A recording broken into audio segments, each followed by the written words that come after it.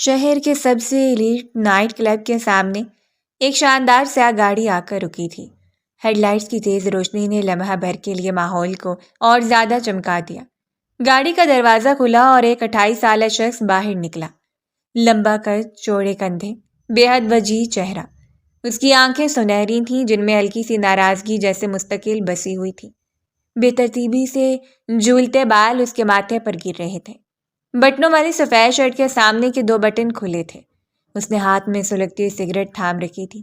وہ دروازے کی طرف بڑھا تو سیکیورٹی والے فوراً سیدھے ہو گئے۔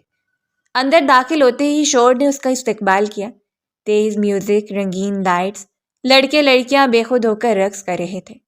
کہکو اور ہنگامے سے فضا بھری ہوئی تھی، مگر ابراہیم کے چہرے پر کوئی تاثر نہ آیا، جیسے اسے سب میں کوئی دلچسپی ہی نہ ہو۔ وہ بیزاری سے آگے بڑھتا ہوا بار کاؤنٹر تک پہنچا جہاں اس کے 3 دوست پہلے سے موجود تھے۔ اسے دیکھتے تینوں کھڑے ہو گئے۔ آخرکار جانے محفل تشریف لے آئے، حارث نے ہنستے ہوئے کہا۔ وہ اس کا پرانا دوست تھا۔ ابراہیم نے بس ہلکا سا سر کو خم دیا، ایک لمبا کش لیا اور سٹول پر بیٹھ گیا۔ آج تمہارے لیے خاص انتظام ہے، فہد نے شرارت سے آنکھ دبائی۔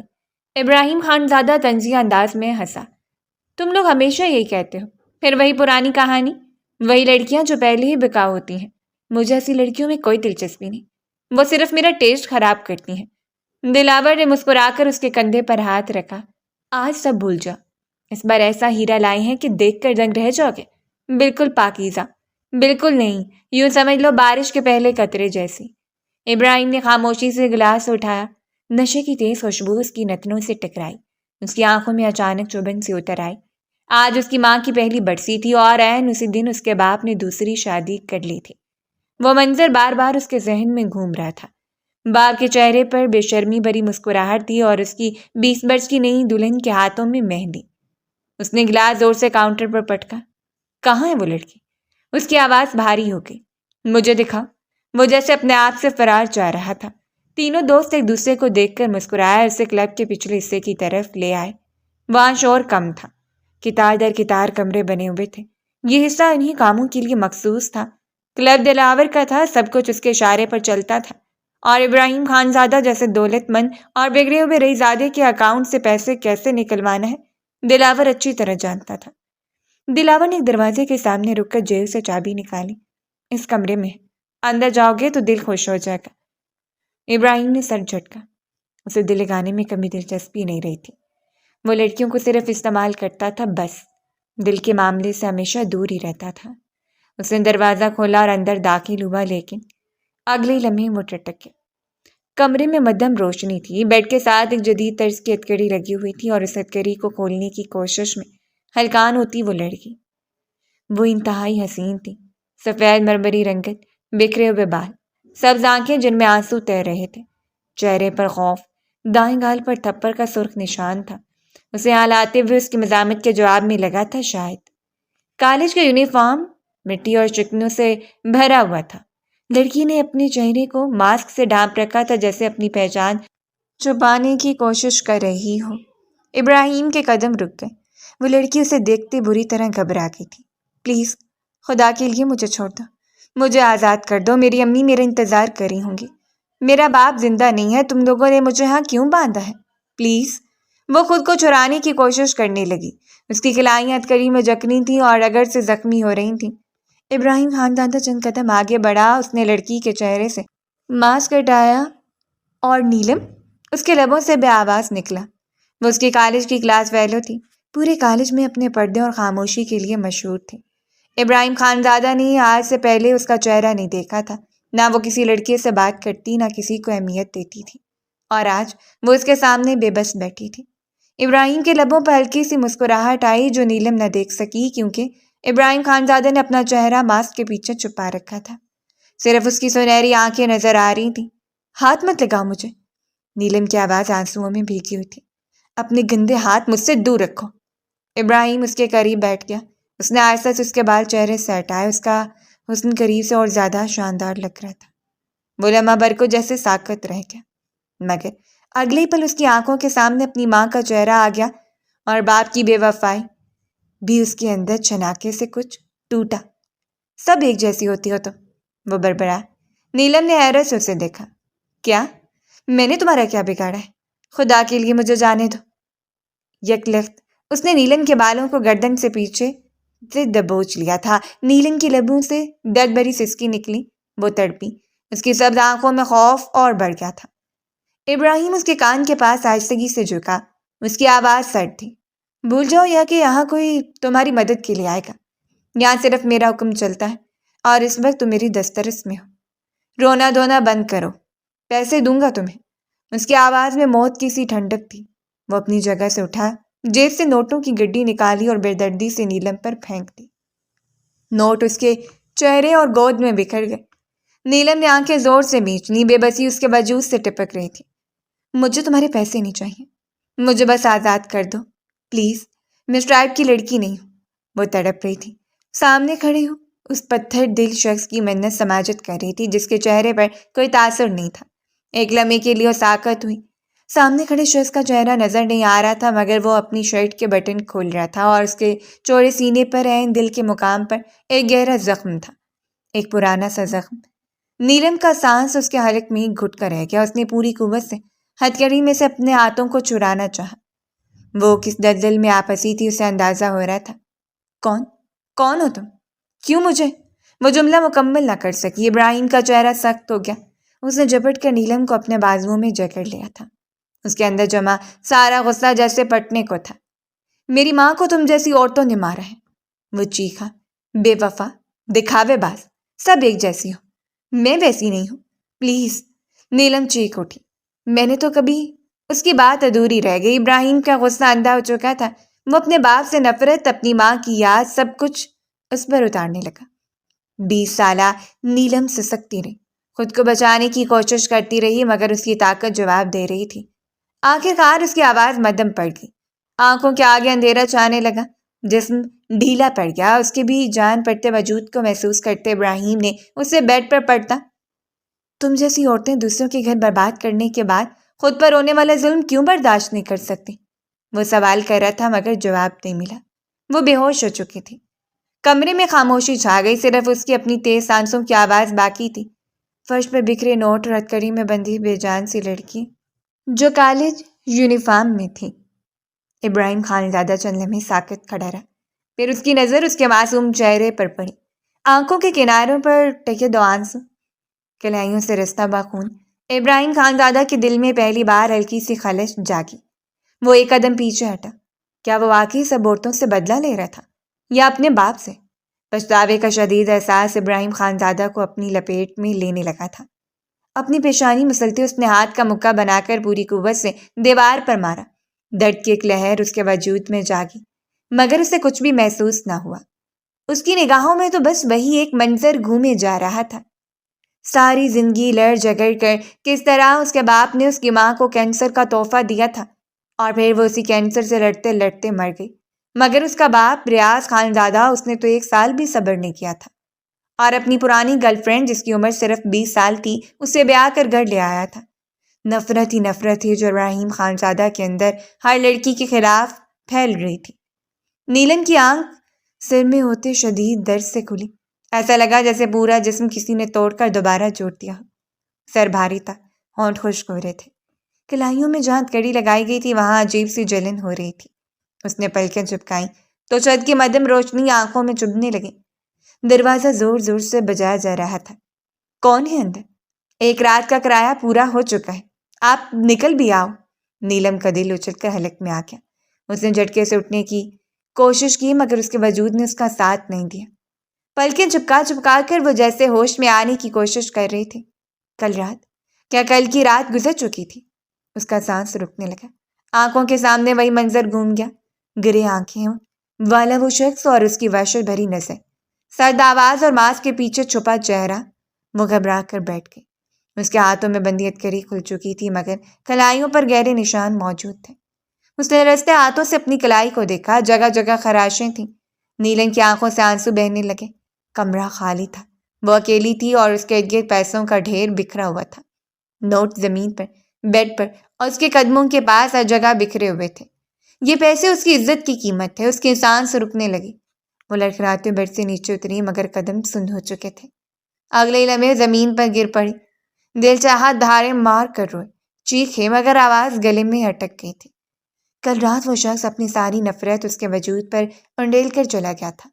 وہ نہیں جانتی تھی وہ کون تھا، اس نے اس کا چہرہ نہیں دیکھا تھا، بس وہ گرے آنکھیں جن میں عجیب سی درندگی تھی اس کی ذہن پر نقش ہو گئی تھی۔ دروازہ دوبارہ بجا تھا۔ او بی بی، باہر آ جاؤ، کوئی اور کسٹمر ڈھونڈ لو، ہمارا کلب بند ہونے کا وقت ہو رہا ہے۔ بیزاری بھری کسی مرد کی آواز تھی۔ نیلم نے آنسو پونچھے، خود کو سنبھالنے کی کوشش کی، شاید یہی میرا نصیب ہے۔ اس کے لبوں سے آہستہ سا جملہ نکلا۔ اس کے کالے یونیفارم جگہ جگہ سے داغدار ہو چکا تھا، دوپٹہ زمین پر پڑا تھا۔ اس نے جھک کر اسے اٹھایا، اپنے گرد لپیٹا۔ اس کی چادر تو اس وقت ہی کہیں گر گئی تھی جب ان لوگوں نے اسے اغوا کیا تھا۔ نیلم نے کانپتے ہاتھوں سے آنسو صاف کیے اور دوپٹے سے نقاب کر کے اپنے چہرے کو چھپا لیا تھا۔ اسے زمین پر پڑے پیسوں کی طرف اس نے ایک بار بھی ہاتھ نہ بڑھایا تھا۔ خدا تمہیں برباد کرے، تم جو کوئی بھی تھے۔ ایک سسکی اس کے لبوں سے نکل گئی۔ کل جب وہ کالی سے نکلی تھی، ہمیشہ کی طرح سیاہ چادر میں خود کو لپیٹے اس نے اپنے چہرے کو چھپا رکھا تھا۔ یہ پردہ اس نے اپنی مرضی سے چنا تھا۔ وہ جانتی تھی اس مہنگے کالج میں سے پردہ کرتے دیکھ کر کئی چہروں پر افسوس پھیل جاتا تھا۔ کئی لڑکی اس کی جانب اپروچ کرنا چاہتے تھے، مگر وہ ہمیشہ سے اپنی حدود میں رہنے والی لڑکی تھی۔ اسے پتا تھا 5 مرلے کے پرانے سے مکان میں رہنے والی وہ لڑکی ایلیٹ کلاس میں مس فٹ ہے۔ وہ آنکھوں میں کوئی خواب نہیں سجانا چاہتی تھی، اسی لیے خاموشی سے اپنا تعلق کتابوں سے جوڑے رکھتی تھی۔ اس روز ہمیشہ کی طرح کالج سے واپسی پر بس کے انتظار میں کھڑی تھی جب رمشا اس کے برابر میں آ کھڑی ہوئی۔ رمشا امیر تھی، ماڈرن، خود پسند لڑکی تھی، مگر اسے نیلم سے نہ جانے کیوں خدا واسطے کا بیٹ تھا۔ ڈیڈ نے مجھے امپورٹنٹ شوز گفٹ کیے ہیں، میرے یہ والے شوز اب بیکار ہو گئے ہیں، تمہیں چاہیے تو تمہیں دے دوں؟ وہ بظاہر ہمدردی سے پوچھ رہی تھی۔ نیلم چونک گئی تھی۔ کیا مطلب؟ نیلم کے لبوں سے بے اختیار نکلا۔ اپنے جوتے تو دیکھو، جگہ جگہ سے پٹے ہوئے ہیں، انہیں جوتوں کے ساتھ کلاس میں آتی ہوں، شرم نہیں آتی؟ نہ جانے اسکالرشپ پر تمہیں اس مہنگے کالج میں داخلہ کیسے مل گیا؟ رمشا نے لحاظ نہیں رکھا تھا۔ نیلم کی رنگت سرخ پڑ گئی، مگر نیلم نے ضبط کیا تھا۔ میں یہاں پڑھنے آتی ہوں، روز نئے جوتے دکھانے نہیں۔ میں کوئی فیشن آئیکن نہیں ہوں، اور رہی بات ایڈمیشن کی تو یہاں ذہانت کی قدر کی جاتی ہے، اسی لیے آج میں اس کالج میں موجود ہوں۔ اپنے آنسوؤں کو پیتے اس نے رمشا کو آئینہ دکھایا تھا۔ اس کا چہرہ سیاہ پڑ گیا۔ وہ مزید بھی کچھ کہتی مگر نیلم یکدم پلٹ گئی تھی۔ بھاڑ میں گئی، بس اور جہنم میں گیا بس اسٹاپ، کہیں نہ کہیں سے تو کوئی ٹرانسپورٹ مل ہی جائے گی نا۔ وہ تیز تیز قدم اٹھاتی اندر کی گلیوں کی سمت مڑ گئی تھی۔ وہ رمشا سے بچ کر نکلنا چاہتی تھی، وہ جان بوجھ کر لمبا راستہ اختیار کر گئی، گلیوں میں گھومتی رہی، اس کا دل بوجھل سا ہو رہا تھا۔ اچانک اسے احساس ہوا تھا کہ ایک سفید وین کافی دیر سے اس کے پیچھے چل رہی ہے۔ نیلم کے اندر خطرے کی گھنٹیاں سی بجنے لگی۔ اس نے قدم تیز کر دیے تھے، مگر وین بدستور اس کے پیچھے ہی رہی۔ نیلم کے اعصاب جواب دینے لگے، اور پھر ایک گلی کا موڑ مڑتے اس کے لبوں سے گٹی گٹی سی چیخ نکلی تھی، کیونکہ وہ سفید وین عین اس کے سامنے آ کر رکی تھی۔ دروازہ کھلا اور 2 آدمی باہر نکلے۔ کون ہو تم لوگ؟ وہ پیچھے ہٹی تھی، مگر اگلے لمحے کسی نے اس کے منہ پر کپڑا رکھ دیا۔ ایک تیز خوشبو اس کی سماعتوں سے ٹکرائی اور پھر اندھیرا چھا گیا۔ نیلم کی جب آنکھ کھلی تو اسی کمرے میں تھی، ہتھ کڑی میں بندھی اور خوف سے کانپتی ہوئی۔ نیلم ایک جھٹکے سے حال میں واپس آئی۔ دروازہ اب بھی بج رہا تھا۔ وہ لڑکھڑاتے قدموں سے دروازے تک گئی اور دروازہ کھولا۔ باہر کئی مرد کھڑے تھے، ان سب کی نظریں اس پر جم کر رہ گئیں۔ سب سے آگے دلاور تھا، مگر اس کے چہرے پر کوئی تاثر نہ تھا، جیسے وہ اسے جانتا ہی نہ ہو۔ نیلم کی روح لرز گئی۔ اتنی ساری مردانہ نظریں، وہ خود کو اور بھی چھوٹا محسوس کرنے لگی تھی۔ صحیح مال کمایا اس لڑکی نے۔ کل رات پتہ ہے نا اس کمرے میں کل اس کے ساتھ کون تھا؟ کسی نے سرگوشی کی تھی۔ وہ سننا نہیں چاہتی تھی، اسے اپنا آپ پاتال میں گرتا ہوا محسوس ہو رہا تھا۔ دوپٹے کو خود پر جکڑے وہ اندھا دھند وہاں سے نکلتی چلی گئی۔ نائٹ کلب کا ماحول صبح کی روشنی میں سنسان پڑا تھا۔ رات کی چکا چوند غائب تھی، صرف خاموشی اور کچھ بکھری بوتلیں تھیں بس۔ پیچھے سے اسی کی آواز آ رہی تھی، کہہ کے بھی سنائی دے رہے تھے۔ نیلم کا دل کام کرے گیا۔ وہ جانتی تھی ان میں سے کوئی شخص وہ نہیں تھا جس نے کل رات اسے برباد کیا تھا۔ وہ اندھا دھند سڑک پر دوڑنے لگی۔ نائٹ کلب کے باہر سڑک سنسان تھی، صبح کی ہلکی روشنی پھیل رہی تھی۔ وہ دوڑتی رہی، اسے پتہ نہیں تھا کہاں جانا ہے، بس دور، بہت دور اس کا گھر تھا جہاں اس کی ماں اس کی منتظر تھی۔ نہ جانے وہ کتنی دیر تک بھاگتی رہی۔ آخرکار اس کی سانس پھولنے لگی، اس کے قدم لڑکھڑانے لگے، آنکھوں سے آنسو بہتے جا رہے تھے، دوپٹہ بار بار سر سے پھسل رہا تھا۔ آخرکار سڑک کے کنارے رک گئی، اسے چکر آنے لگے تھے، دنیا گھومتی محسوس ہو رہی تھی۔ وہ لڑکھڑا کر روڈ پر گرنے والی تھی کہ ایک گاڑی چڑر کی آواز کے ساتھ اس کے برابر رکی۔ محترمہ، آپ ٹھیک ہیں؟ ڈرائیور گھبرا کر باہر نکلا۔ نیلم نے چون کر پیچھے ہٹنا چاہا، ہر مرد اب اسے درندہ لگ رہا تھا۔ اس نے خود کو سمیٹا اور فٹ پاتھ پر یوں بیٹھی جیسے ابھی اٹھ کر بھاگ جائے گی۔ گاڑی سے اترنے والا یونیفارم میں ملبوس تھا، وہ کچھ فاصلے پر کھڑا رہا۔ پانی چاہیے؟ انسانی ہمدردی کے تحت اس نے پوچھا، مگر نیلم کے پاس کوئی جواب نہ تھا۔ وہ دونوں ہاتھوں سے چہرہ ڈھانپ کر پھوٹ پھوٹ کر رونے لگی۔ ایسا لگا جیسے اس کا سب کچھ ختم ہو گیا ہو۔ اماں، اس کے لبوں سے بس یہی نکلا۔ میں کیا منہ لے کر جاؤں گی؟ اس کی بیوہ ماں جو رات بھر دروازے پر بیٹھی اس کا انتظار کرتی رہی ہوگی، جو ہر آہٹ پر چونکی ہوگی، جس کی جوان بیٹی کالج سے واپس نہ آئی ہو، اس ماں کے دل پر کیا گزری ہوگی؟ نیلم کے آنسو رکنے کا نام نہیں لے رہے تھے۔ اسے نہیں معلوم تھا کہ اس کی زندگی اب کس موڑ پر آ کھڑی ہوئی ہے۔ اسے یہ بھی نہیں معلوم تھا کہ وہ گرے آنکھوں والا شخص کون تھا۔ بس ایک بات جانتی تھی، اس کی زندگی ایک رات میں بدل چکی تھی۔ نہ جانے وہ فٹ پاتھ پر کتنی دیر تک ساکت بیٹھی رہی۔ پانی کا پوچھنے والا ڈرائیور گندے ہو چکا تھا، واپس پلٹ گیا۔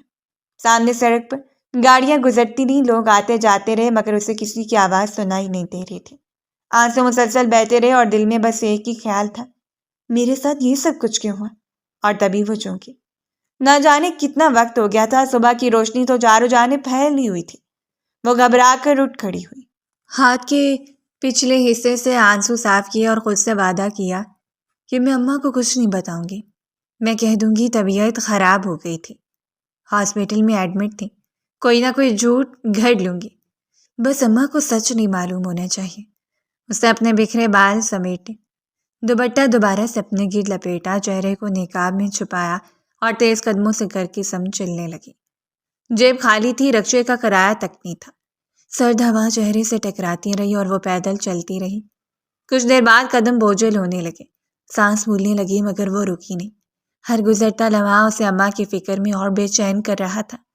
تقریباً 1 گھنٹہ مسلسل چلنے کے بعد وہ آخرکار اپنے محلے میں داخل ہوئی۔ راستے بھر وہ کوئی نہ کوئی جھوٹ سوچتی رہی تھی تاکہ ماں کو پریشانی سے بچا سکے، مگر جیسے ہی وہ اپنے گھر کے دروازے کے قریب پہنچی، اس کے قدم رک گئے۔ دروازے کے باہر لوگوں کا ہجوم تھا، عورتیں، بچے، چند مرد، اندر سے بھی آوازیں آ رہی تھیں۔ کیا ہوا کی سرگوشیاں فضا میں تیر رہی تھیں۔ اس کا دل زور زور سے دھڑکنے لگا۔ وہ گھبرا کر آگے بڑھی، عورتوں کو ہٹاتی اندر داخل ہونے لگی تو اس کا نقاب پھسل کر نیچے گر گیا۔ اس کا چہرہ سب کے سامنے آ گیا۔ چند عورتوں نے ایک دوسرے کی طرف مانی خیز نگاہوں سے دیکھا اور سرگوشیاں شروع ہو گئی۔ ہائے ہائے، اپنی بوڑھی ماں کا بھی خیال نہ کیا اور گھر سے بھاگے، اب منہ کالا کر کے واپس آ گئی ہے۔ نیلم کے کانوں میں جملے تیر کی طرح چبھنے لگے، مگر وہ رکی نہیں، بے تابی سے ہجوم کو چیرتے ہوئے۔ جب وہ برآمدے میں پہنچی تو اس کے قدموں تلے زمین نکل گئی۔ 5 مرلے کے چھوٹے سے مکان کے برآمدے میں چارپائی پر سفید چادر سے ڈھکی اس کی ماں کی لاش رکھی تھی۔ اس کی سانس رک گئی، وہ تڑپ کر آگے بڑھی، مگر اس سے پہلے کہ وہ اپنی ماں تک پہنچتی، کسی نے اسے بازو سے پکڑ کر زور سے جھنجھوڑا اور ایک تیز تھپڑ اس کے چہرے پر رسید کیا گیا۔ وہ لڑکھڑا گئی۔ سامنے چچی جان کھڑی تھی۔ بے شرم، آوارہ لڑکی، سمجھایا تھا تیری ماں کو کہ لڑکی کو لگام دو، مت پڑھاؤ اسے کالج میں، مگر وہ نہیں مانی۔ اب دیکھ لیا نتیجہ۔ کہاں تھی پوری رات؟ کس کے ساتھ آوارہ گردی کرتی رہی؟ اپنی بوڑھی ماں کا بھی خیال نہ آیا؟ تیرے انتظار میں مر گئی وہ۔ ہر لفظ ہتھوڑی کی طرح اس کے کانوں پر برسا اور نیلم کا وجود جیسے زلزلے کی زد میں آ گیا تھا۔ وہ شدید صدمے میں تھی، آنکھیں ماں کی بے جان صورت پہ جمی تھی۔ چچی کی آواز دور ہوتی جا رہی تھی۔ رشتہ دار عجیب نظروں سے اسے دیکھ رہے تھے، کوئی افسوس کے نام پر طنز کر رہا تھا، کوئی چپ چاپ تماشا دیکھ رہا تھا۔ نیلم کو بتایا گیا کہ رات بھر جب وہ گھر نہیں آئی تو شائستہ بیگم شدید پریشان ہو گئی تھی۔ انہوں نے محلے میں سبھی سے جا کر پوچھا اور پھر اچانک سینے میں درد اٹھا اور وہ گر پڑی۔ ہسپتال لے جانے کا وقت بھی نہ ملا، دل کا دورہ تھا۔ نیلم کے لبوں سے گوٹی گوٹی سی چیخ نکلی اور وہ زمین پر بیٹھ گئی۔ اس کی آنکھوں کے سامنے اندھیرا سا چھا گیا۔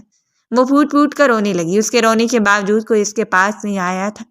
روتے روتے وہ نیم بے ہوش ہو گئی، مگر آوازیں پھر بھی سنائی دیتی رہی۔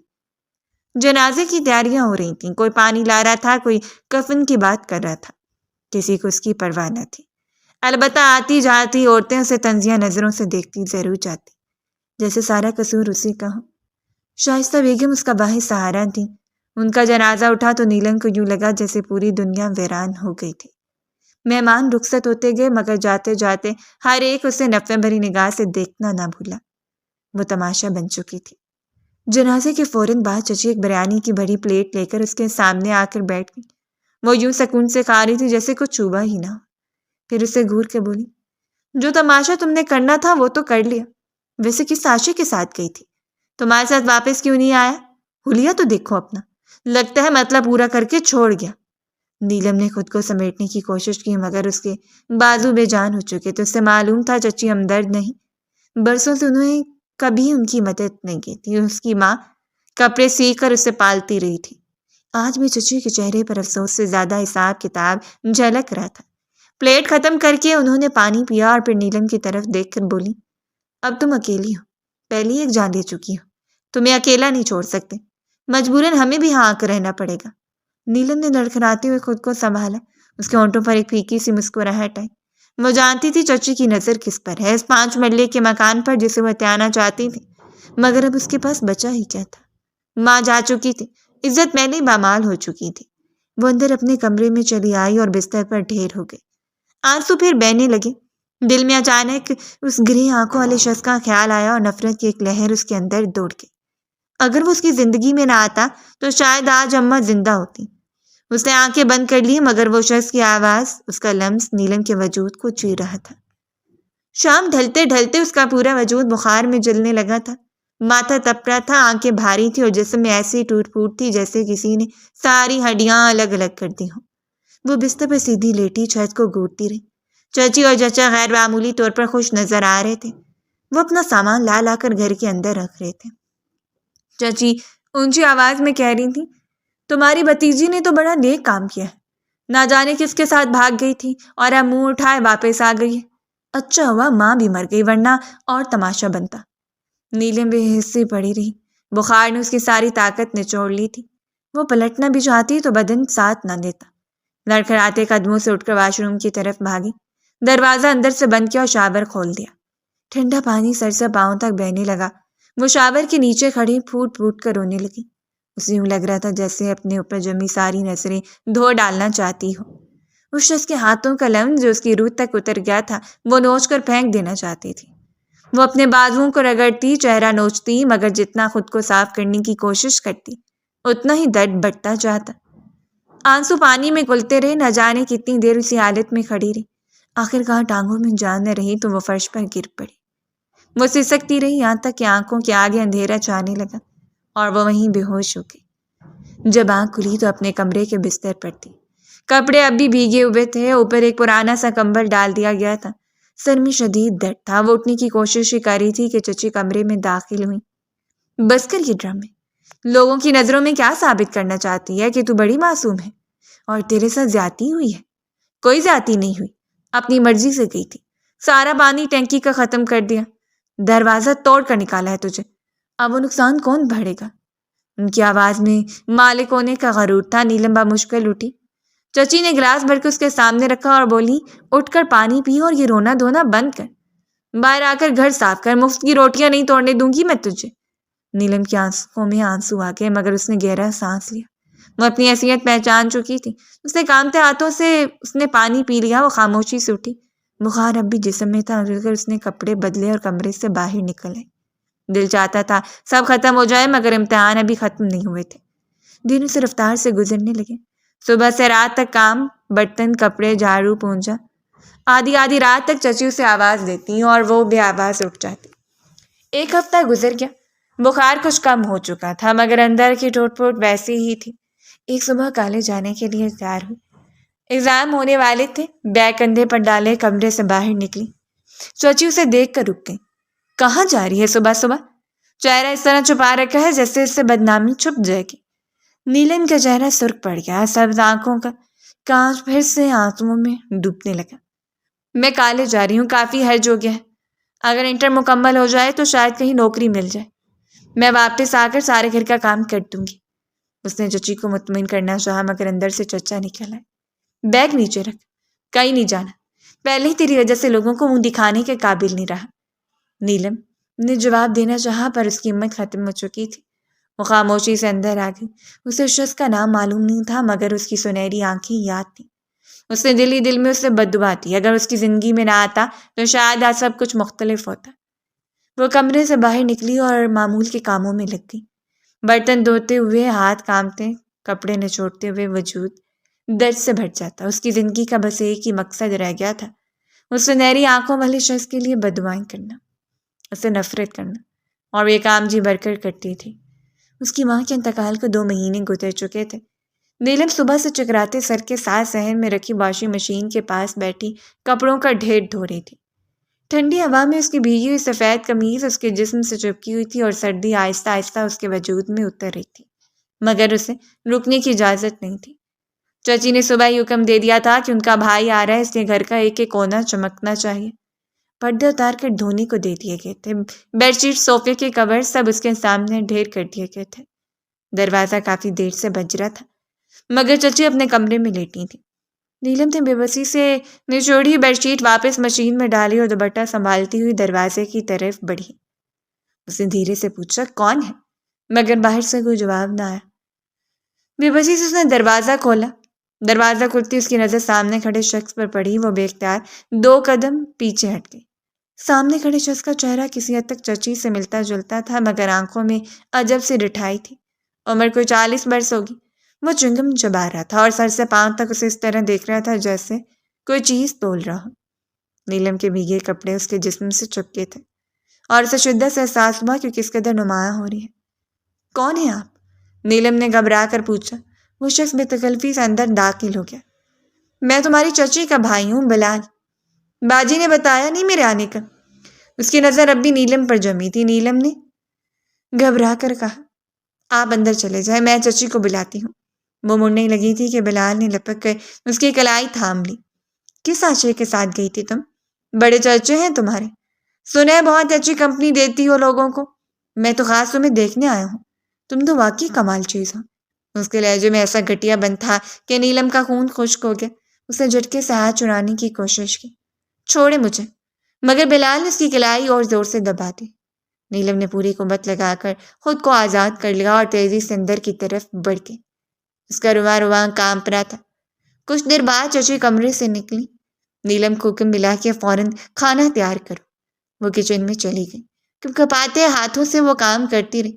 بلال کے چھت پھاڑ کر کہہ کر ان سے کچن تک سنائی دیتے رہے اور جب بھی باہر نکلتی اسے بلال کی نظریں اپنے وجود میں گرتی ہوئی محسوس ہوتی۔ رات کو کھانے میں بعد چچی نے اسے بلایا۔ برابر والے کمرے میں بلال کا بستر لگا تھا۔ نیلم نے دل کڑا کیا اور کمرے میں جا کر بستر بچھانے لگی۔ جیسے اس نے چادر سیدھی کی اس سے پیچھے دروازہ بند ہونے کی آواز سنائی دی۔ نیلم کا دل زور سے دھڑکا۔ مڑ کر دیکھا تو بلال دروازہ اندر سے بند کر رہا تھا۔ اس کی آنکھوں میں خطرناک چمک تھی۔ وہ آہستہ آہستہ اس کی طرف بڑھا۔ نیلم پیچھے ہٹتی گئی۔ یہ کیا کر رہے ہیں آپ؟ دروازہ کھولیں، بلال نے کہہ کر لگایا۔ اتنی جلدی کیا ہے؟ تم جیسی لڑکیاں تو موقع ڈھونڈتی ہیں۔ اس نے اچانک اس کا بازو پکڑ کر اپنی طرف کھینچا۔ نیلم نے پوری طاقت سے اسے دھکا دیا مگر وہ مضبوط تھا۔ نیلم نے چیخنے کی کوشش کی تو بلال نے فوراً اس کے منہ پر ہاتھ رکھ دیا۔ آواز اس کے حلق میں دب گئی۔ اس کی آنکھوں میں خوف تیرنے لگا۔ اس نے بے بسی میں ہاتھ اٹھا کر بلال کے گال پر زور سے تھپڑ مارا۔ بلال ایک لمحے کو ساکت ہوا مگر اگلے ہی لمحے اس کے لبوں سے مغلظات ابلنے لگے تھے۔ نیلم کے منہ سے گوٹی گوٹی سی چیخ نکلی جو باہر تک پہنچ گئی۔ اگلے ہی لمحے دروازہ زور سے کھلا اور چچی اندر آ گئی۔ بلال فوراً پیچھے ہٹ گیا اور مصنوعی غصے سے بولا، باجی دیکھو اپنی لاڈلی کو، یہ خود مجھے دعوت دے رہی تھی، کہہ رہی تھی چند پیسوں کے عوض کچھ بھی کر سکتی ہوں، کہتی ہے آپ اس پر ظلم کرتی ہیں، میں تو اسے سمجھا رہا تھا۔ نیلم کے قدموں تلے زمین سے رکھی۔ یہ جھوٹ بول رہے ہیں چچی، یہ میرے پاس آئے تھے۔ اس کی بات پوری نہ ہوئی تھی کہ چچی نے آگے بڑھ کر اسے زوردار تھپڑ مارا۔ شرم نہیں آتی تجھے؟ ابھی تک باز نہیں آئی؟ چچا بھی شور سن کر آ گئے۔ انہوں نے ایک نظر بلال کو دیکھا جو معصوم بنا کھڑا تھا، اور پھر سارا غصہ نیلم پر نکال دیا۔ پہلے ہماری عزت کا جنازہ نکال دیا اور اب میرے گھر میں یہ سب کرے گی۔ چچا نے اسے بازو سے پکڑ کر جھنجھوڑا۔ نیلم صفائیاں دیتی رہی مگر کسی نے اس کی نہ سنی۔ مار مار کر اسے نیم بے ہوش کر دیا گیا تھا۔ آخرکار چچا نے دروازہ کھولا اور اسے دھکا دے کر باہر نکال دیا۔ میں مزید تیری دی ہوئی بے عزتی برداشت نہیں کر سکتا۔ ابھی کے ابھی نکل جا میرے گھر سے۔ باہر موسلادھار بارش ہو رہی تھی۔ نیلم نے بند ہوتی آنکھوں کے ساتھ چچا کا خون سفید ہوتے ہوئے دیکھا تھا، مگر اس کی لاکھ منت سماجت کے باوجود وہ دروازہ بند کر کے اندر پلٹ گئے تھے۔ اس 5 مرلے کے مکان کے لالچ نے انہیں اندھا کر دیا تھا۔ نیلم برستی بارش میں چادر لپیٹے دروازے کے سامنے کھڑی رہ گئی۔ گلی سنسان تھی۔ اچانک اسے چکر آیا۔ زمین اور آسمان اس کی آنکھوں کے سامنے گھومنے لگے تھے۔ وہ لڑکھڑا کر نیچے جا گری۔ خود کو سنبھالنے کی کوشش میں اس کا ہاتھ آہستگی سے اپنے پیٹ پر جا ٹھہرا۔ دل میں ایک بھیانک سا خیال جاگا تھا۔ اس کے اندر ایک نئی زندگی پرورش باری تھی۔ اسے کئی دنوں سے اپنے بدلتے وجود کا احساس تھا، مگر اس خیال کو جھٹکتی رہی تھی۔ اب اس کالی رات میں بارش کے نیچے اسے حقیقت ماننی پڑی۔ اس کی آنکھوں سے بہتے آنسو بارش میں گھلتے چکے تھے۔ اس کی دل سے سنہری سبز آنکھوں والے شخص کے لیے ایک اور بد دعا نکلی، جو اسے اس حال میں چھوڑ کر غائب ہو چکا تھا۔ وہ تنہا تھی، نہ سر چھپانے کی جگہ، نہ کھانے کو ایک لقمہ۔ سامنے بند دروازہ تھا اور پیچھے اندھیری گلی۔ اس نے آسمان کی طرف دیکھا جیسے کوئی معجزہ اتر آئے، مگر وہاں صرف برستی بارش تھی۔ اس دروازے سے پلٹتے اس نے قسم کھا لی تھی کہ یہاں دوبارہ نہیں آئے گی۔ ایک کے بعد ایک نوکری ڈھونڈتے خود کو لوگوں سے بچاتے ہلکان رہنے لگی۔ کہیں برتن دھونے کی ملازمہ ملتی تو کہیں کھانا بنانے کی، مگر زندگی آسان نہیں تھی۔ ہر جگہ ہی اپنے حسن کی وجہ سے لوگوں کی نظروں میں آ جاتی تھی۔ آج 3 مہینے بعد وہ یہاں اپلائی کرنے کے لیے آئی تھی۔ سیاہ رنگ کے ڈھیلے سے باہ میں اپنے وجود کو چھپاتے اس نے ہر ممکن کوشش کی تھی کہ کہیں سے وہ پریگننٹ نہ لگے۔ اس نے اشتہار اخبار میں دیکھا تھا، اس شاندار سے گھر کے مالک کو اپنے لیے کھانا پکانے والی ایک شیف چاہیے تھی۔ بڑا سا گیٹ تھا اور اندر کشادہ لان۔ وہ مسلسل بیل بجا رہی تھی۔ اسی لمحے ایک سیاہ گاڑی دروازے کے پاس رکی۔ نیلم بے اختیار سائڈ پر ہوئی تھی۔ گاڑی کا دروازہ کھول کر ایک دراز کا شخص باہر نکلا تھا۔ یہ ابراہیم خانزادہ تھا، جو 6 مہینے کینیڈا میں گزار کر واپس آیا تھا۔ اس نے نیلم پر ایک سرسری نظر ڈالی اور نفرت سے سر جھٹکا۔ یہ پاکستان میں مانگنے والیاں اسے زہر لگتی تھیں۔ اس نے گارڈ کو پیسے پکڑاتے ہوئے کہا، اسے دے کر بھیج دو یہاں سے۔ یہ مانگنے والیوں کے ہتھکنڈے پردہ کر کے مانگنے آتی ہیں تاکہ زیادہ شریف لگے۔ ابھی پیسے نہیں دو گے تو نہ جانے کیا کرنے لگیں گی۔ نیلم کا چہرہ زرد پڑ گیا، مگر اس نے خود کو سنبھال لیا۔ میں بھیک مانگنے نہیں آئی، میں نے نوکری کا اشتہار دیکھا تھا، اس لیے یہاں آئی ہوں۔ اس کی آواز لڑکھڑا گئی۔ ابراہیم خانزادہ نے چون کر سیاہ بائی میں چھپی لڑکی کو دیکھا۔ ہاں، جگہ خالی ہے۔ کھانا پکانے والی شیف چاہیے، کیونکہ میں اپنی ماں کے ہاتھ کا پکا ہوا کھانا نہیں کھا سکتا۔ وہ مڑا اور اشارہ کیا، اندر آ جاؤ۔ نیلم خاموشی سے اس کے پیچھے چلتی۔ گھر بہت شاندار تھا۔ وہ سر جھکائے خاموشی سے چلتی رہی جب تک کہ وہ رک نہیں گیا۔ حال میں داخل ہوتی اس نے پلٹ کر نیلم سے پوچھا، کتنی تنخواہ چاہیے آپ کو؟ نیلم اپنی بے بسی سے لب کو چلتے، آپ جتنی بھی دے سکتے ہیں دے دیں۔ وہ چونکا۔ اس کی سبز آنکھیں جیسے کسی پرانی یاد کو تازہ کر رہی تھیں۔ ابراہیم خانزادہ کے اندر بے چینی پھیلنے لگی۔ کینیڈا کی ہوا نے اسے اور بھی نکھار دیا تھا۔ وہ پہلے سے زیادہ وجیح اور خود اعتماد لگ رہا تھا، مگر اس لڑکی کو دیکھ کر عجیب سا محسوس ہو رہا تھا۔ اس نے بٹوے سے نوٹ نکال کر اس کے سامنے رکھ دیا۔ یہ ایڈوانس ہے، رکھ لو، اور اپنا نام بتاؤ۔ نیلم نے جھجکتے پیسے اٹھا لی۔ پلوشا۔ وہ اپنا اصلی نام نہیں بتانا چاہتی تھی۔ ابراہیم نے زیر لب نام دہرایا اور چند لمحے اسے دیکھتا رہا، اور پھر اچانک سخت لہجے میں بولا، کچن میں جاؤ اور کھانا بناؤ، مجھے ہر چیز پرفیکٹ چاہیے۔ اور ہاں، یہ جو تم نے اپنے گرد لپیٹ رکھا ہے اسے ہٹا دو، مجھے وحشت ہوتی ہے۔ یہاں کوئی تمہیں دیکھنے والا نہیں ہے۔ نیلم کے وجود میں لرزش اتری۔ وہ عبایا آج اس لیے پہن کر آئی تھی کہ اپنے بڑے ہوئے پیٹ کو چھپا سکے۔ اس بچے کو نام دینے والا کوئی نہ تھا۔ وہ کیا بتاتی کہ یہ کس کا ہے؟ اس نے نفی میں سر ہلا۔ میں یہ نہیں اتار سکتی، اگر آپ کو اعتراض ہے تو مجھے نوکری پر نہ رکھیں۔ اس کی انگلیوں کی لرزش اس کی گھبراہٹ ظاہر کر رہی تھی۔ ابراہیم خانزادہ چند لمحے سے دیکھتا رہا، آخر اس نے کندھے اچکا دیے۔ ٹھیک ہے، پہنے رکھو، مگر کام میں کوئی کمی نہیں ہونی چاہیے۔ نیلم نے سر ہلایا اور کچن کی طرف بڑھ گئی۔ کچن کشادہ اور جدید تھا۔ اس نے ہمت جمع کر کے کام شروع کیا۔ رات گئے جب کھانا دسترخوان پر سجا تو ابراہیم نے بے دلی سے پہلا نوالا لیا۔ اگلے ہی لمحے اس کے چہرے کے تاثرات بدل گئے۔ اس نے دوسرا نوالا لیا، پھر تیسرا۔ یہ کس نے بنا ہے؟ اس نے بلند آواز میں پوچھا۔ نیلم دروازے کے پاس کھڑی تھی۔ میں نے، اس نے آہستہ سے کہا۔ ابراہیم کچھ دیر خاموش رہا، پھر بے اختیار بولا، کمال ہے، ایسا ذائقہ میں نے مدتوں بعد چکھا ہے۔ اس کی آواز میں پہلی بار سختی کم تھی۔ نیلم نے بے اختیار سکون کا سانس لیا تھا۔ ابراہیم خانزادہ نامی یہ شخص اسے عجیب گھبراہٹ میں مبتلا کر رہا تھا۔ اب نیلم بلوشہ کے نام سے ابراہیم خانزادہ کے گھر میں کھانا بنانے والی بن چکی تھی۔ اسے اس گھر میں آئے 5واں دن تھا جب وہ چولہے کے سامنے کھڑی سبزی کاٹ رہی تھی۔ جب ملازمہ اندر آئی، باہر بڑی بیگم صاحبہ بیٹھی ہیں، جا کر انہیں یہ چائے دیا۔ اس نے چائے کا کپ نیلم کے سامنے رکھا۔ نیلم نے خاموشی سے کپ اٹھایا اور باہر نکل آئی۔ ڈرائنگ روم میں نشا بیٹھی تھی، قیمتی ساڑی پہنے، چہرے پر غرور صاف جھلک رہا تھا۔ ملازمہ کے ذریعے ہی نیلم کو پتہ چلا تھا کہ یہ ابراہیم خانزادہ کی سوتیلی ماں ہے۔ نیلم نے نظریں جھکائے، کپ آگے بڑھایا تو نشا نے ایک نظر اسے اوپر سے نیچے تک دیکھا اور تیز لہجے میں بولی، چائے اتنی دیر میں بنتی ہے؟ اب میرے جم کا ٹائم ہو گیا ہے، یہ تمہارے باپ کا گھر نہیں ہے، ذرا تیز ہاتھ ہلایا کرو۔ نیلم کے ہاتھ کام کے مگر اس نے کچھ نہ کہا، خاموشی سے پلٹ آئی۔ ملازمہ شرمندہ تھی۔ نیلم خاموشی سے اپنا کام کرنے لگی۔ اس عورت کے ساتھ شادی کرنے کی وجہ سے ابراہیم صاحب اپنے باپ سے ناراض رہتے ہیں۔ ملازم نے اس تک معلومات پہنچائی مگر اس نے سر جھٹک دیا۔ اس کے دل میں ابراہیم خانزادہ کے لیے انجانی سے ہمدردی ابھری تھی۔ ٹھیک 15 منٹ بعد وہ کچن میں ادم کا تھا۔ میرے دوست آ بھی گئے ہیں، ابھی بھی تک کھانا تیار نہیں ہوا؟ نیلم گھبرا گئی۔ نہیں، کھانا بس تیار ہے۔ اس نے جلدی سے چمچ چلایا۔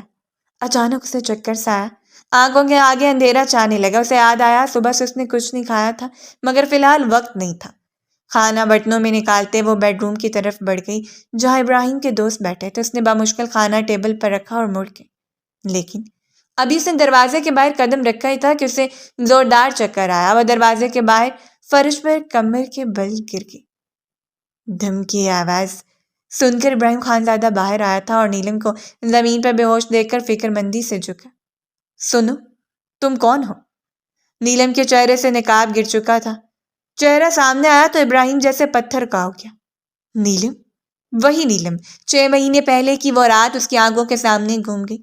وہی چہرہ، وہی آنکھیں۔ اس نے بے یقینی سے اسے دیکھا۔ تم یہاں کیا کر رہی ہو؟ نیلم بے ہوش تھی۔ ابراہیم کے ہاتھ کانپ رہے تھے۔ اچانک اس کی نظر نیلم کے پیٹ پر گئی۔ اس نے لرزتے ہاتھ سے اس نے نیلم کے ابھرے پیٹ کو چھوا۔ واضح تھا وہ حاملہ تھی، تقریباً 6 مہینے کی۔ وہی 6 مہینے جو کینیڈا میں گزار کر آیا تھا۔ اس کا دل زور سے دھڑکا۔ اسے لگا جیسے زمین اس کے نیچے سے نکل گئی ہو۔ اس رات کے بعد اس نے ہر گناہ سے توبہ کر لی تھی، خود کو بدل لیا تھا، مگر آج ماضی اس کے سامنے زندہ کھڑا تھا۔ اس کی سانسیں بے ترتیب ہو گئیں۔ اس نے اپنے بالوں میں ہاتھ پھیر کر بمشکل خود کو سنبھالا۔ آہستگی سے اس نے نیلم کو بازو میں اٹھایا۔ اس کا چہرہ زرد تھا۔ ابراہیم خانزادہ کے دل میں عجیب سا خوف ابھرا تھا۔ پچھتاوے کے ناگ ایک دفعہ پھر پھن پھیلائے اس کے سامنے آ کھڑا ہوا۔ اندھا دھند سیڑھیاں اتر کر نیچے آتے ابراہیم نے اسے پچھلی سیٹ پر لٹایا۔ اس کے ذہن میں ایک ہی خیال تھا، ہاسپٹل، بس ہاسپٹل۔ سڑک پر گاڑی تیزی سے دوڑ رہی تھی اور اس کا دل میں پچھتاوے کی آگ بھڑک رہی تھی۔ آج اسے احساس ہوا کہ کچھ گناہ انسان کا پیچھا نہیں چھوڑتے۔ ایمرجنسی کے باہر سفید روشنی آنکھوں کو چبھ رہی تھی۔ نیلم کی سبز آنکھیں بند تھیں مگر پلکوں کی لرزش میں درد صاف جھلک رہا تھا۔ لمبے بال بکھر کر چہرے کے گرد پھیل گئے تھے۔ سر پر دوپٹہ نہ تھا۔ اس کے چہرے کی زردی نے ابراہیم کے دل کو مٹھی میں جکڑ لیا۔ ڈاکٹر سے ایمرجنسی روم میں لے گئے تو بےتابی سے پیچھے داخل ہو گیا۔ اس کا دل شرمندگی کے بوجھ تلے دبا جا رہا تھا۔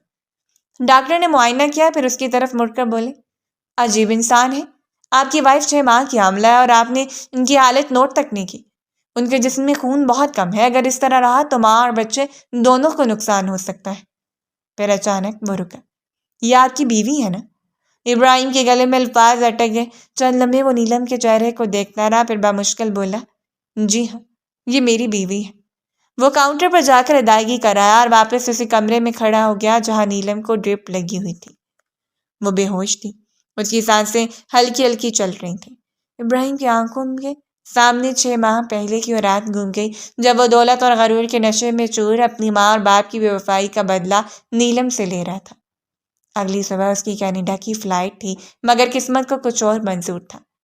جہاز راستے میں حادثے کا شکار ہو گیا۔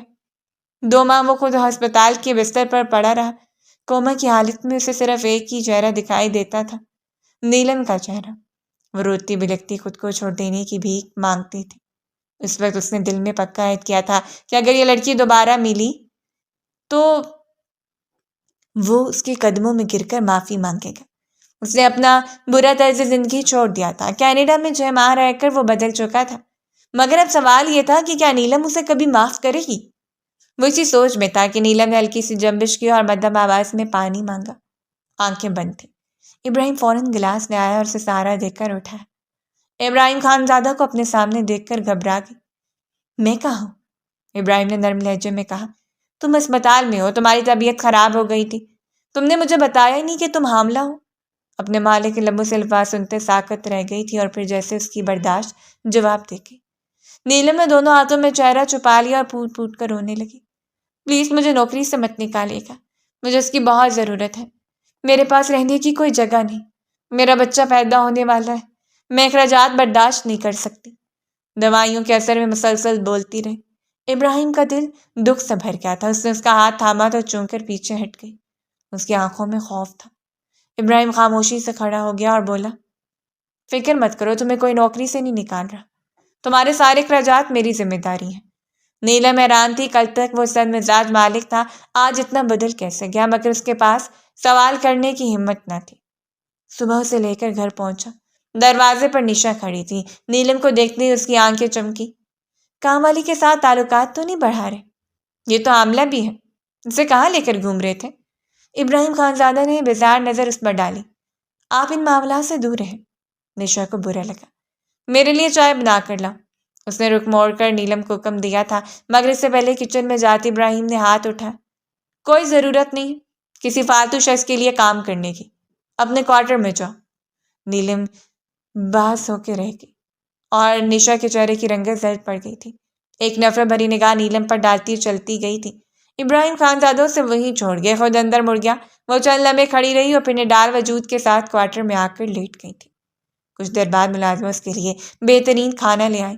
اگلی صبح جب وہ عادت کے مطابق کچن میں آئی تو ملازمہ نے اسے روک دیا اور کہا، صاحب نے نئی لڑکی رکھ لی ہے، اب آپ کھانا نہیں پکائیں گی۔ نیلم کے قدم لڑکھڑا گئے۔ تو کیا مجھے نکال دیا گیا ہے؟ ملازمہ مسکرائی۔ نہیں، صاحب نے خاص ہدایت دی ہے کہ آپ کوارٹر میں رہیں گی، وہ آپ کی صحت کا خیال رکھا جائے گا۔ نیلم حیران رہ گئی۔ کچھ سمجھ نہ آیا تو واپس اپنے کمرے میں آ گئی۔ نیلم کا غیر معمولی خیال رکھا جا رہا تھا، اسے وقت پر دودھ، پھل، جوس اور بہترین کھانا دیا جاتا، دوائیاں باقاعدگی سے پہنچائی جاتی۔ ہر ہفتے لیڈی ڈاکٹر آ کر کوارٹر میں اس کا معائنہ کرتی اور ہدایت دے کر جاتی، اسے کسی قسم کی ٹینشن نہ دی جائے۔ اتنی مہربانی ہوگی، کیا وجہ تھی؟ آخر ایک روز اسے برداشت نہ ہو سکا تو سیدھا ابراہیم خانزادہ کے کمرے تک چلی آئی۔ دستک کے جواب میں آواز آئی، اندر آ جاؤ۔ وہ آہستہ سے دروازہ کھول کر اندر داخل ہوئی۔ سامنے ابراہیم دروازے کی طرف پشت کیے کھڑا تھا۔ اس کے ہاتھ میں سگریٹ تھا اور وہ کھڑکی سے باہر دیکھ رہا تھا۔ اس نے شرٹ نہیں پہنی ہوئی تھی۔ نیلم نے نظریں جھکا لی۔ آپ نے میرا اتنا خیال کیوں رکھنا شروع کر دیا؟ اگر آپ کو خدا کا خوف ہے تب بھی مجھ سے کوئی کام کروا لیا کریں، مجھے یوں مفت کا معاوضہ لینا اچھا نہیں لگتا۔ اس کا جملہ پورا نہیں ہوا تھا، ابراہیم نے آہستہ سے رخ موڑا۔ نیلم کی سانس جیسے رک گئی، اس کی نظر سیدھی اس کے سینے پر جا ٹھہری۔ وہاں وہی گہرا زخم تھا، وہی نشان جو شخص کے سینے پر تھا جس نے نائٹ کلب کے کمرے میں اس کی عزت رون دی تھی۔ نیلم کے قدم ڈگمگا گئے، اس نے دروازہ تھام لیا۔ ابراہیم آہستہ آہستہ اس کی طرف بڑھا اور بولا، اب پہچان لیا نا تم نے مجھے؟ میں جانتا تھا تم اس زخم کو پہچانو گی، میں وہی ہوں جس نے تمہیں وہ رات دی جسے تم شاید کبھی بھلا نہ سکو۔ نیلم سانس نہیں لے سکی۔ تم جانتی ہو تمہارے ساتھ برا کرنے کے بعد میرے ساتھ کیا ہوا؟ میری فلائٹ کا حادثہ ہو گیا، 2 ماہ میں اسپتال کے بستر پر پڑا رہا۔ کوما میں مجھے صرف تمہارا چہرہ نظر آتا تھا۔ میں نے ہوش میں آ کر تمہیں ڈھونڈنے کی بہت کوشش کی، واپس آیا مگر تم کہیں نہیں ملی۔ پھر کینیڈا چلا گیا، مجھے انسومینیا ہو گیا. کئی مہینوں تک میں سو نہ سکا. تمہاری صورت میرے ذہن سے چمٹی رہی. تم جانتی ہو میں پہلی بار کب سویا؟ اس رات جب تمہیں اسپتال سے واپس لایا مجھے اتنی گہری نیند آئی جیسے میرے سر سے بوجھ اتر گیا ہو. وہ اعتراف جرم کر رہا تھا مگر نیلم کے اندر جیسے آگ بھڑک اٹھی. اسے آگے بڑھ کر ایک زوردار تھپڑ اس کے گال پر دے مارا. تم نے میری زندگی برباد کی. مجھے تم سے نفرت ہے. اچھا ہوا تمہارے ساتھ یہ سب ہوا. مجھے تمہیں زندہ دیکھ کر بھی نفرت محسوس ہو رہی ہے. وہ روتی زمین پر بیٹھ گئی تھی. ابراہیم بھی اس کے سامنے گھٹنوں کے بل بیٹھ گیا. اس نے دونوں ہاتھ جوڑ دیے. مجھے معاف کر دو. اگر معاف نہ بھی کرو تو یہ بھی سب اپنا حق سمجھ کر لے لو. میں نے تمہاری زندگی برباد کی. میں جانتا ہوں ازالہ بھی میں ہی کروں گا. نیلم کی آنکھوں کے سامنے اندھیرا چھاتا گیا. جب اسے ہوش آیا تو اپنے کوارٹر میں تھی. اگلے 3 ماہ وہ وہیں رہی. اس کا خاص خیال رکھا جاتا رہا. ابراہیم خان زیادہ دوبارہ اس کے سامنے نہیں آیا. وہ نفرت سے سلگتی سوچتی رہی آخر یہ شخص میرے سامنے کیوں آ گیا؟ اپنے وجود میں پلتے اس معصوم وجود کا احساس نہ ہوتا تو شاید وہ کب کی یہاں سے جا چکی ہوتی. آخرکار وہ وقت آ گیا جب اسے درد شروع ہوا. اسے فوراً اسپتال لے جایا گیا. کئی گھنٹوں کے بعد اس نے ایک صحت مند بچے کو جنم دیا. ابراہیم نے کاغذات پر بچے کے باپ کی جگہ اپنا نام لکھوایا اور نیلم کے شوہر کی جگہ بھی اپنا نام درج کرایا. وہ نشہ ریاض خانزادہ کو بتا چکا تھا کہ اولاد اس کی ہے اور وہ نیلم کو اپنانے کا ارادہ رکھتا ہے. کسی کے اندر اسے روکنے کی جرت نہیں تھی. نیلم کو کمرے میں منتقل کر دیا گیا تو ابراہیم خانزادہ شکستہ قدموں سے چلتا کمرے میں آیا. ننھا سا بچہ جھولے میں کسمسا رہا تھا. وہ قدم قدم چلتا نیلم کے قدموں کی طرف آ کر بیٹھ گیا. اس نے دونوں ہاتھوں سے نیلم کے پیروں کو تھام لیا. خدا بھی غلطی کرنے والے کو معاف کرتا ہے. کیا تم مجھے معاف نہیں کرو گی؟ نیلم کی آنکھوں سے آنسو گرنے لگے. میں برا تھا نیلم, بہت برا شخص تھا اور مجھے اپنی برائی پر فخر محسوس ہوتا تھا. کون سی برائی تھی جو مجھ میں نہیں تھی؟ میں شراب پیتا تھا, اپنے باپ کو ہر ممکن طریقے سے دکھ پہنچاتا تھا. اس کی دولت اندھا دھند اڑایا کرتا تھا. نائٹ کلبس میں جانا, آوارہ لڑکیوں کے ساتھ دوستی رکھنا تو جیسے میرے لیے کوئی معنی ہی نہیں رکھتا تھا. میرے دوست ہمیشہ مجھے خوش کرنے کے لیے نئی لڑکیاں لاتے. انہیں میری دولت سے خرچ تھی, مگر میں قسم کھا کر کہتا ہوں کہ ان میں سے کسی لڑکی کے ساتھ میں نے وہ سب نہیں کیا جو تمہارے ساتھ کیا.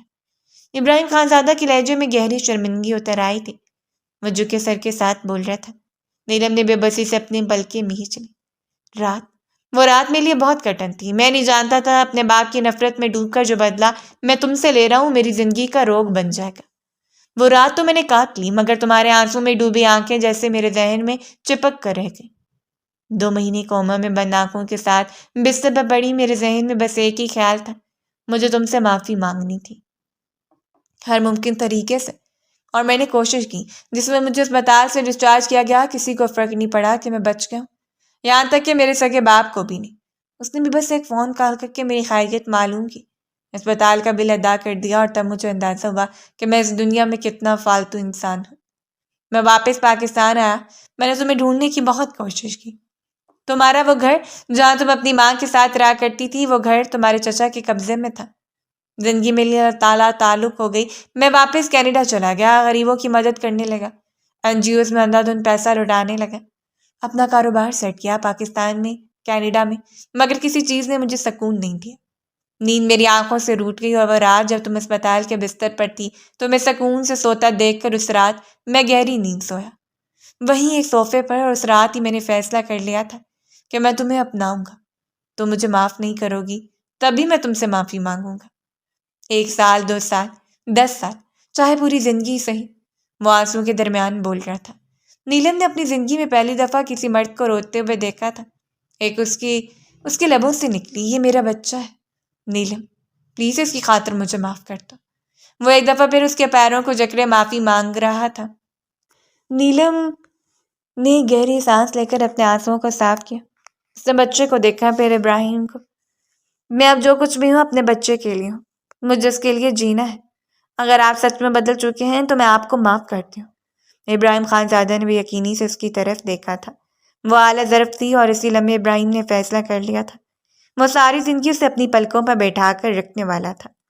ٹھیک 2 ماہ بعد اسی گھر میں سادگی سے ان دونوں کا نکاح ہوا. نیلم کے رشتہ داروں کو دعوت دی گئی. جب وہ اتنے بڑے گھر کی بہو بنی, نیلم کو دیکھتے تو سب حیرت اور رشک سے اسے دیکھتے, اس کی تعریفیں کرتے. نیلم ساکت رہ جاتی. کبھی اس شخص کی وجہ سے رسوا ہوئی تھی، مگر آج اسی شخص کی وجہ سے سب کی نگاہوں کا مرکز تھی۔ ابراہیم نے اس کی چچی کو بے دخل کر کے وہ مکان واپس نیلم کے نام منتقل کر دیا۔ وقت کے ساتھ گھر میں ہنسی لوٹ آئی۔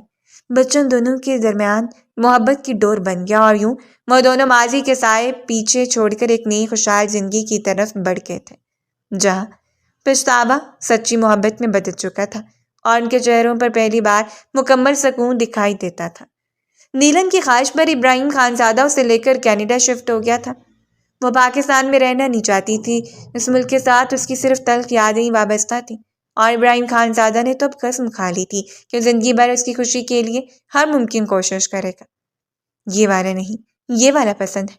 کینیڈا کے ایک اسٹور میں اپنے لیے اوور کوٹ کی خریداری کر رہی تھی۔ سخت سردی میں اس کی ناک گلابی پڑ رہی تھی۔ ابراہیم خانزادہ نے مسکراتے اس کے ہاتھ میں پکڑے دونوں کو ٹولی میں ڈالے، ایک تمہاری پسند کا اور ایک میری پسند کا، دونوں پہن لینا۔ وہ مطمئن تھا۔ نیلم کھلے دل سے مسکرا دی۔ بے شک شخص نے اس کے ساتھ بہت زیادتی کی تھی، مگر اسی کا ہاتھ تھام کر ذلت کی ایک دلدل سے باہر نکل آئی تھی۔ شام گہری ہو رہی تھی اور بچے کو سینے سے لگائے ایک دوسرے کا ہاتھ تھام کے ایک پرفیکٹ کپل کی طرح اپنے گھر کی سمت جا رہے تھے۔